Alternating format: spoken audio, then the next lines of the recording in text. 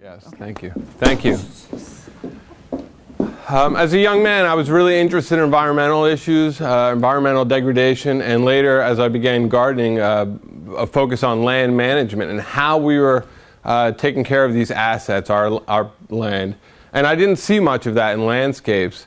I worked with a number of local landscape architects building very large-scale gardens, and they just seemed like resource consumers and weird ornaments we were placing around the landscape with no connection to the landscape, and that was kind of gross to me. Until I saw the work of Wolfgang Ume, a prominent landscape architect from Washington, D.C., via Germany. And Wolfgang created what's known as the New American Garden. He said that was a metaphor for the meadow. I've expanded that to say it's really embracing gardens in a highly stylized fashion that are evocative of our regional landscapes. His real asset was working with plants that an architect, William Friedrich, has called the aristocratic plants. So we're not playing with plants, we're working with plants that thrive in their regional surroundings with as little inputs as possible, and then have benefits to nature. So again, as we're not seeing a lot of this work being done, it's not. Oh, we're not seeing a lot of that work being done. What we are seeing is a lot of work done surrounding product-driven design. So we're not focused on solutions, we're focused on marketing and products. And we're sold a lot of products like fertilizers that are based on urea, so it's an extract or a byproduct of mining. And then we're just pushing salts in the earth, which ultimately desiccate plants as opposed to creating soils. Or we're selling poisons, something the chemicals industries are selling us, and we're just decimating food for bees in the spring. So we love to have these crisp, clean lawns. And then if we and then what happens with these chemicals if we lay them down in this urea? What if there's overspray? Well, I guess ultimately it just goes away, and that's a big conversation, what away is. And maybe it just goes in a storm drain that feeds Pickering Creek, an exceptional watershed, which this one does. And then we look at market share. A lot of people in my industry, we're always trying to breed new plants, gain market share. This beautiful Geranium Roseanne bred in Germany, an outstanding plant, really easy to market in the retail setting because it's compact, it fits on racks, easy to ship, it blooms so it's easy for the 16-year-old salesperson to sell this. They don't have to say anything. There it is, it blooms. And after 3 years it fails in the garden because it just is not a long-lived plant. Or we love to market natives. That's a new brand, right? So we talk about this is native, but that's a big question. Native to where and native to what? And if it doesn't thrive in the landscape, who cares? This, Cornus Florida, runs its native ranges all through the East Coast. But if you take genes from a northern climate and move it to a southern climate, it will develop anthracnose. Or if you put this in a disturbed landscape, like a suburban lot, where we've been compacting soils or pushing salt and urea into those soils, that plant's going to go under stress. It's not in its native habitat. So natives are not a simple solution. Tiarella cordifolia, another great, beautiful native. In a disturbed or suburban landscape, that plant won't live more than 2 years. It needs pristine soils to sustain itself. The other products, the ubiquitous mulch, we love that. We're not creating solutions. We're just selling product all the time, the service professionals. So we have mulch islands. I'm not sure what we're trying to do here, what the asset is here. And then we have these weird clipped hedges that we're out there constantly trying to control, or as Michael Palin says, maybe they're controlling us. But not beautiful, not an asset to anyone or any future generation.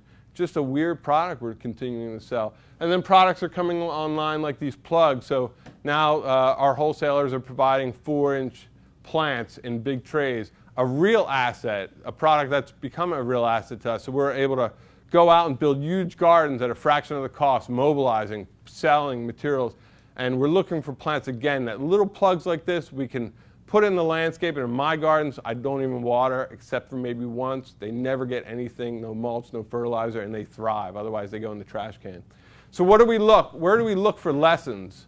Can we go to the Arboretum or the Garden Center? I don't think so. I mean, they're kind of highly maintained landscapes, or places where, again, we're just selling these ornaments, not really sustainable solutions. So, the quintessential plant in Chester County, Andropogon virginicus, to me this is stunning. If I just had a garden full of this, I would be thrilled. Beautiful fall color, great winter interest, strong architecture, habitat, stormwater infiltration. You can't get better than that. Umbrella plant, I found this along a creek in Radnor Township. This plant's not even in cultivation, but you can see how well it's standing up in mass there against a lot of the invasive exotics. A tremendous plant. I shot this just the other day down the street from my home, a chorus in front of cattails. And you can see great lesson in terms of how we look at designing landscapes. Big, powerful masses, not these eclectic gardens that take a PhD to understand what each individual plant is and how you're going to teach a gardener how to maintain these landscapes. The power is in the massing and the simplicity. And this is just the other day, like I said, and the cattails are still standing up. A lot of power, a lot of architecture.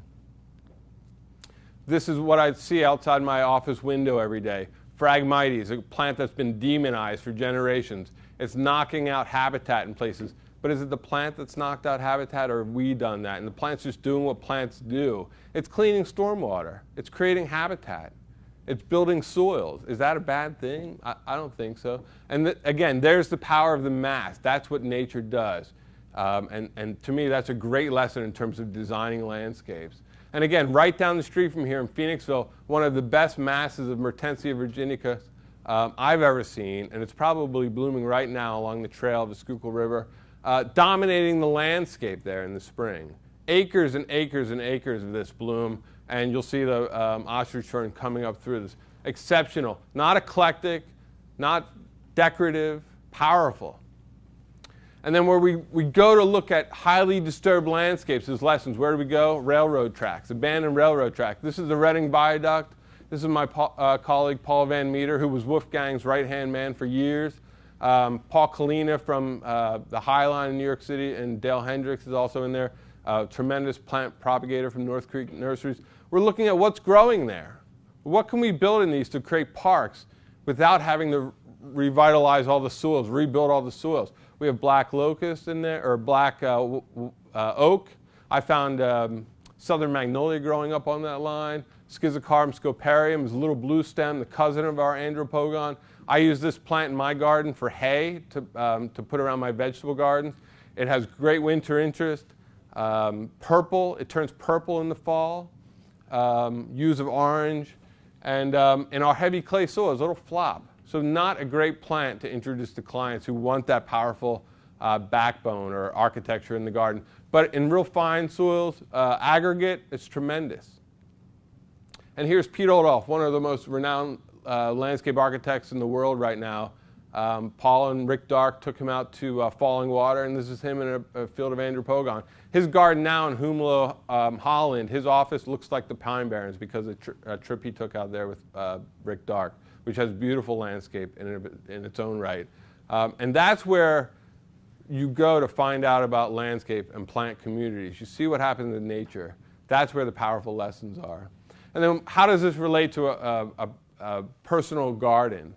What assets do it have? To me, the grasses are the bones of the garden. That's where all the winter interest and the architecture is, and kind of the enduring presence of the garden. There's a lot of exceptional ephemeral beauty in grasses. This is Calamagrostis octiflora, Carl Forrester. This grass was found in the 30s by noted horticulturalist Carl Forrester, growing in a railroad track.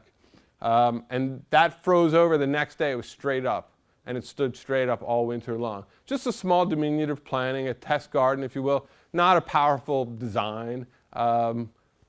Another great plant in the background, our native Quercus bicolor, swamp white oak, a terrible name. Anyone who would work on marketing would never give it the name swamp. But, and it's a shame because it's a tremendous plant. It holds its leaves all winter long, and another great asset. And our native switchgrass, Panicum virgatum, again, easy. You stick it in the ground, you walk away. It creates habitat. The voles will eat through it all winter long, and it doesn't really affect the plant. So again, habitat, great to uplight that plant or backlight that plant. Here it's side lit in the morning. Great architecture. I burn this off in the spring, and it goes away, and it just grows back up. And again, looking at test plots. This is at our office. This is Persicaria and plexicali firetail. Creates habitat, builds soils, covers the ground plane, which is the thing we just don't do in the landscape, right? We have all these pockets for mulch, so we're always cleaning and weeding. That will cover the ground plane. That was 10 plants. That's about 30 feet long. This year I dug 3 of them, and I created 64 one-gallon pots from that after a year. That's never been irrigated. It's never been weeded. It just sits there and grows and blooms for about 4 months out of the year. That's it in the winter. The frost knocks it down. Maybe not acceptable by our cultural standards, but there, it's self-mulching. It's dropping carbon back in the soil. You don't really need to do anything with that plant. It's an all-star. It's an aristocrat. This is the Discovery Center in Kansas City. I had the opportunity to tour a couple years ago. They're working primarily with what they call native plants. They're all rain gardens, so all the islands are innies. They're not outies, right? Except you have curbing for safety in certain areas. All the center's islands were buzzing with birds when we were there. It was beautiful. This is Spirabolus heterolopsis, this grass down in the front, prairie dropseed, another tremendous plant. Does not love heavy clays or to be waterlogged in the winter. It'll rot out, but on a high slope, tremendous. This turns orange and yellow in the fall. Really fine grass. Even my father-in-law, who isn't a fan of grasses, commented on how much he likes that plant. And again, we're creating habitat. And we need to do the same thing, right? We are nature, so we need to create habitat for ourselves. My kids can play in these gardens all day long and beat up these plants, and it really doesn't affect them. This is Coreopsis tripteris and Joey Pell. They love the grasses, they love the big plants, they love to play in them, they love to show them off to their friends. Landscape in Willistown we worked on, we were brought out, client was feeding this, or so they thought, dumping copious amounts of energy into this lawn. They love the monocultural lawn aesthetic. Very affluent neighborhood. They were irrigating the street constantly because the water wasn't infiltrating. They had fungicides. You can see the holes here in front where the lawn was just burning out, burning out, burning out. The landscaper kept selling them and selling them and selling them products. And I went out there with a soil probe and stuck it in the ground, and there was no soil. It was bedrock almost the whole front lawn. So, you know, our introduction was, well, let's put some meadow grasses and plants that'll grow on rocky slopes. And they scaled it back quite a bit. You know, again, not big enough to be powerful. But the lesson was these went in basically on no topsoil. Again, Persicaria, Calamagrostis, Agastache, Blue Fortune in the back, and some Nepeta dropmore in the foreground. Some groves of Lagostromia. And no irrigation, no fertilization. They're mulching it. But after a year, that's the first year, and it's holding up. I mean, again, not large, but in terms of looking at a case study, plants sitting on almost no topsoil, thriving. A local garden, we were brought out, and you know there was this gesture of a wall, no placemaking, right? This contrived water feature where you could see where it started. So to me, that wasn't all that desirable. But we just went in with simple solutions. You know, more of a casual seating area to get people out close to the water, and to hide where the waterfall began with what would be found at an opening of a woodlock. Betula nigra, that's a pioneer tree. It would grow out in nature, kind of at the edge of a disturbed woodland or landscape. We're working with Geranium acarizum, a native geranium. It's evergreen. Carex pendula, Astilbe chinensis purple candles, bred in Germany, and a few Amelanchiae. Again, not stunning in terms of design, not big enough to be very powerful, but small, a palette of plants, but in mass, covering the ground plane very effectively. In the front of the house, again, you know, covered with herbaceous plants. To me, very much more dynamic than these rows of weird evergreens we love to jam up against foundations of homes. But creating something a little more exciting. A garden in suburban Ardmore. This gentleman had just had to rip out his front lawn because he had to put some tanks in the ground, and he called me to come in and put a front lawn back in for him. So we propose this, just 4 different types of plants there. We have Senecio auris, Aster oblongifolius, October skies. The middle's Calamagrostis, and the outside's Paraskia tripifolia. When we put this in, these were all plugs. He told me later he was pretty freaked out, and he really didn't like this. And again, they're small plants. By the time the Aster's starting to bloom here, and you can see they're just 4-inch wide plants or deep plants we put in. That's almost covering that entire space the first year. And this is a vivid array of purple in the fall. He called me at this point and said, you know, I'm sending you this picture. I'm getting really excited about the garden. I'm seeing your vision. I'm glad I let you do this. You can't really see the architecture of the Calamagrostis in the middle there, but in 2 years that'll be stunning, in my opinion, all winter long. Have a lot of presence. And again, he was excited enough to send me a picture in the winter when we had that early snow. Again, not a lot of presence, but even the asters in the winter typically hold snow. Beautiful plant, great ground cover. Local in Charlestown here, this is a client of mine's 3rd home. They moved in here. Big problem in terms of mowing that slope. The mowers were sliding down. Not very attractive. Meadow beyond, and we thought, why not connect it a bit? No water pressure in this home. You think a home, you know, in this scale, there'd be good water pressure, but we could barely even get water at the top of that hill with hoses. So again, we came in and we put some cranberry viburnum, some birches, again for disturbed soils, and some Ilex opaca, and plugged it up. That was a year later. So again, we're looking at plants that thrive with little to no inputs other than the soil that they might be thriving in. And that's the habitat we create in the backyard, right? We built a pretty elaborate kitchen garden, terrace, but it's important to have places in the landscape, whether it's as elaborate as something like this kitchen or just a hammock in the landscape, so people will go out and start to learn to value the landscape instead of just looking at it as they come in with their groceries and walk in the front door. Another meadow local to here that we built, this is about 1/3 of an acre, Retibia pineata, which is a prairie coneflower, and Panicum virgatum, cloud 9. There's a lot of Monarda in this garden. It's a little less stylized, but it's a pretty large area. That's the management in the spring. We come, we just burn it off, the thing grows. There's not much work on our end. Local building here, again, we approached this. There was not going to be much management here. There was no budget here, no irrigation. The soils were terrible. We plugged this up, kept it pretty simple. The gardeners came in later that year and pulled out all of our asters, but that'll happen. You know, again, we have these, it's essentially a heat sink, right? So we were just trying to get some lush foliage in there, maybe create some habitat. We found miscanthus started growing on the side, and we just left it there. I thought it was great. We have amelanchier in there, creates a great edible fruit set. I toured some people through there, and the berries were in full ripe, and the one woman thought I was trying to poison her. But, you know, it's great. You have these ornamental, for lack of a better word, trees that are native and have, you know, great blooms, great fall color, edible fruit sets, and they grow in disturbed soils. We also have Magnolia virginiana in there. So a pretty successful planting with little inputs. Again, a home brought from the eastern shore of Maryland to Chester Springs. This was built in the 1750s.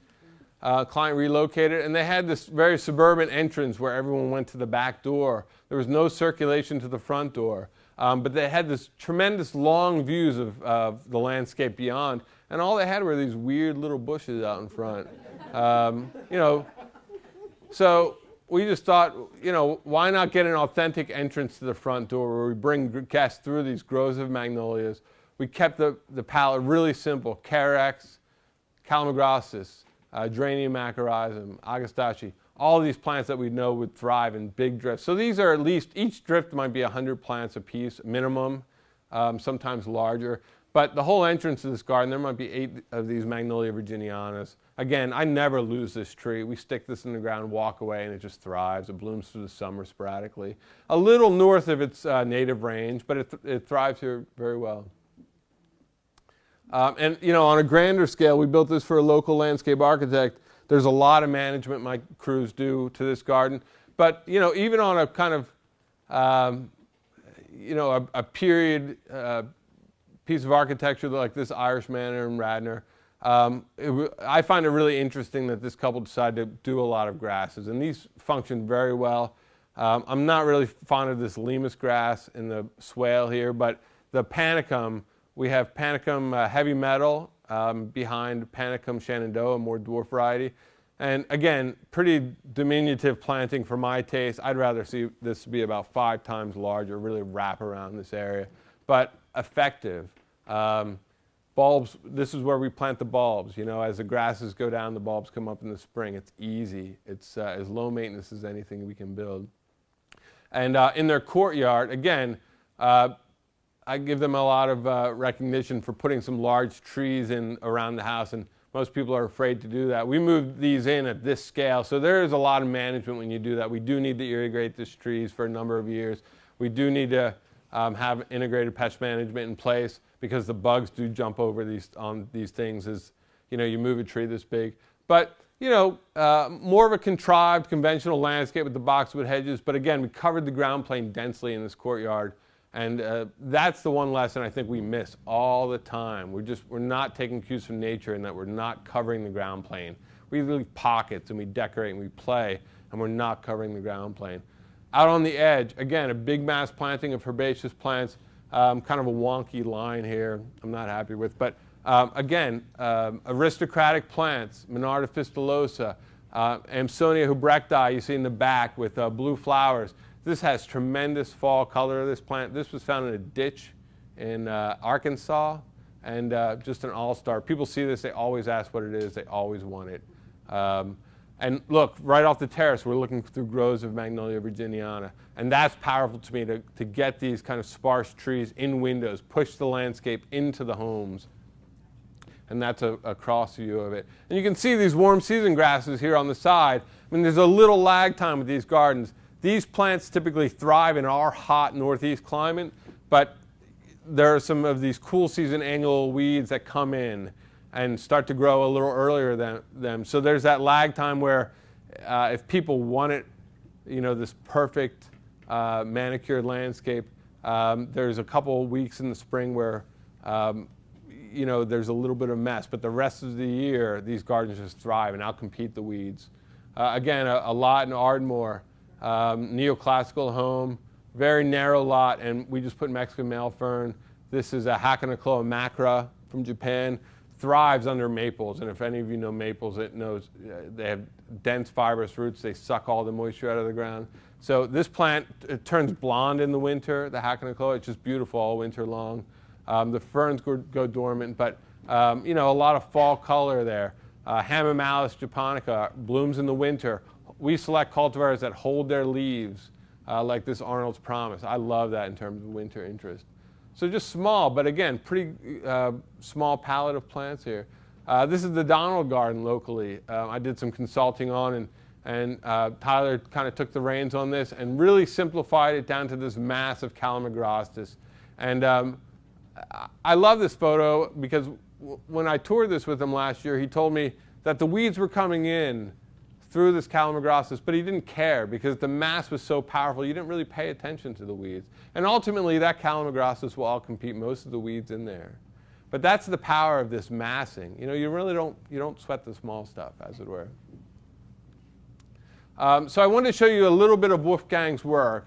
And again, the real asset he brought, and I still don't think many people have even caught on to him, he's really simplified the palette. He hasn't decorated, he's designed. And he hasn't played with a lot of plants. He works with plants that work, and he plants them in the context that he feels they're appropriate. Panicums, Sergastrum, Indian grass, our native Juniperus virginiana, a plant underused, but it grows everywhere. It grows in disturbed soils everywhere. Tremendous plant. And Rudbeckia fulgida. That's the winter. I don't know about you, but that outcompetes evergreen bushes and rows around suburban landscapes any day of the week. Creates habitat. That's on the Hudson River Walk in New York City, right down from the High Line, going to Battery Park. That's a planting just between that walk we just saw and Battery Park. Again, real simple plant palette. That's miscanthus, really demonized by most people. And we never plant this plant close to kind of pristine ecologies. That's starting to move into Valley Forge, and it's breaking my heart a little bit. It's going to change the landscape ultimately there. But in urban areas or tight suburban lots, that seed won't really escape, in my opinion. We use the later flowering varieties anyway, so they don't readily seed out. They usually rot by the time the seed sets. But you know, in terms of aesthetics, simple palette, appropriate plant. And this is one of Wolfgang's residential jobs in the Hudson River Valley. And again, very simple palette, pushing the plants right up to the pool's edge instead of all this massive impervious surface we're always pouring huge decks around pools. Why? He's embracing the garden. And there's the big mass of panicum heavy metal.